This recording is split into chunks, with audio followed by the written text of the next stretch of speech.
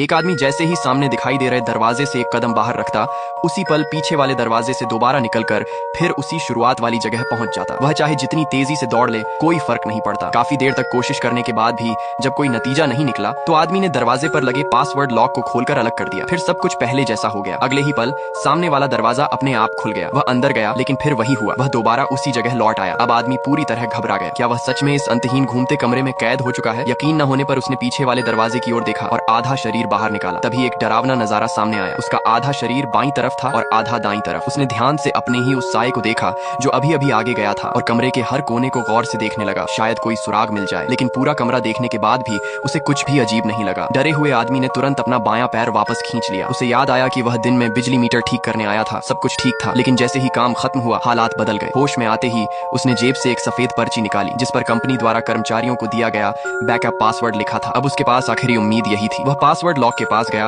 और कोड दोबारा डाला। डिंग डोंग की आवाज के साथ दरवाजा खुला, लेकिन नतीजा फिर वही रहा। चाहे उसने कितनी भी बार कोशिश की, वह इस अजीब कमरे से बाहर नहीं निकल पाया। आदमी टूट चुका था। वह वहीं खड़ा समझ नहीं पा रहा था कि अब क्या करे। उसने टोपी सिर पर रख ली ताकि खुद को शांत कर सके। उसे यकीन था कि यहाँ से निकलने का कोई ना कोई तरीका जरूर होगा, बस अभी तक उसे दिखाई नहीं दिया। कुछ देर सोचने के बाद उसे एक उपाय सूझा। उसने कमर से टूल बैग उतारा और हाथ में लिया। फिर दरवाजे के पास जाकर दरवाजे को